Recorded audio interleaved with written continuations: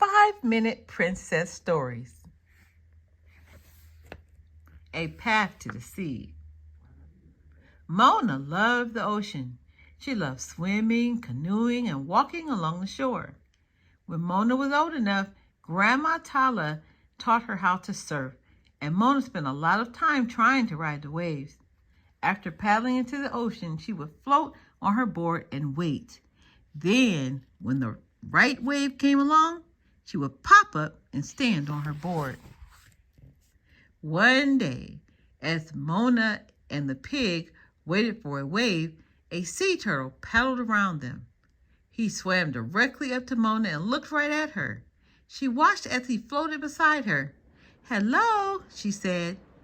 There was something familiar about the sea turtle, but Moana couldn't figure out where or when she had met him before. It was almost as if she'd known him when she was a little girl. The sea turtle stayed with Moana and the pig, playing with them in the water all day long. When Moana surfed, the sea turtle seemed to do the same, right beside her, even letting the pig stand on his back. "You love to surf too," Moana said, smiling at the sea turtle. She thought for a moment. "I will call you Lolo." For many days, whenever Moana and the pig went to the ocean, Lolo found them. They had fun swimming, surfing, and playing in the waves. One day, Moana stayed on the shore until dark to watch the ocean sparkle with moonlight. "I knew I would find you here," said Grandma Tala, joining Moana on the beach. The two walked under the stars, picking up seashells along the way, until Moana noticed Lolo swimming toward the shore. They watched as the sea turtle crawled up into the sand and over toward the coconut trees. There, Lolo started digging a hole. "Does he need help?" Moana asked.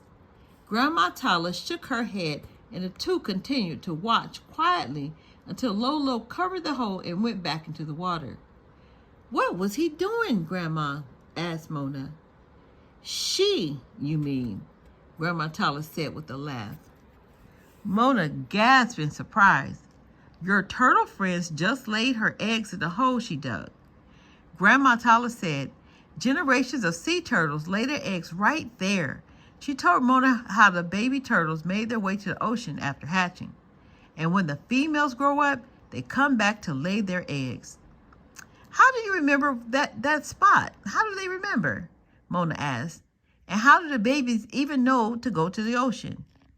"They just know," said Grandma Tala. Moana understood. "They listen to their hearts," she said. "That's right," Grandma Tala said proudly. Moana checked the nesting grounds every day. She wondered when the baby turtles would hatch and hoped she would get to see them. One day, Moana and the pig were surfing when the sky turned gray. They quickly paddled to shore, and as the rain poured down, they raced back to the village. When they got home, they watched the trees bend and sway as they listened to the music of the raindrops. Soon after the storm was over, the sun came out. Moana grabbed her surfboard and hurried back to the ocean. When she got there, she couldn't believe her eyes. The storm had knocked a coconut tree right on top of the nesting grounds.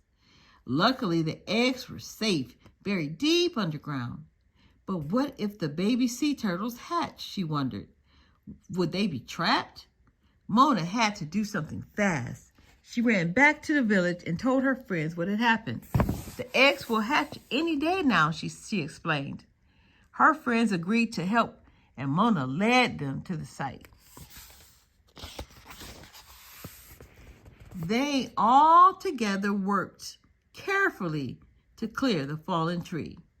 But then, suddenly, they heard a loud crack. Another palm tree had been damaged in the storm, and it was about to fall on its side. "Hurry," urged Moana. "Let's push it away from the nest." Everyone gathered around the broken tree. They used all their strength to push it until it finally snapped and fell. "We did it," cheered Moana, sighing with relief. The next day, Mona and Grandma Tyler was dancing with the ocean waves when Mona saw something move in the nesting grounds. "Grandma, look," she said excitedly. "Lolo's eggs are hatching." They watched as the baby sea turtles made their way out of the nest when a seabird swooped in and tried to capture one of the baby turtles. Mona waved her arms and the pig chased the bird away. Mona and her friends protected the newborns, determined to see that each and every one of them made it safely to the water. Later that day, when Mona and the pig went surfing, Lolo and her little sea turtles swam around them, paddling and playing together. Mona smiled. She felt great knowing that she had helped Lolo's sea turtles, and there was no better way to celebrate than by joining them in the ocean. The end.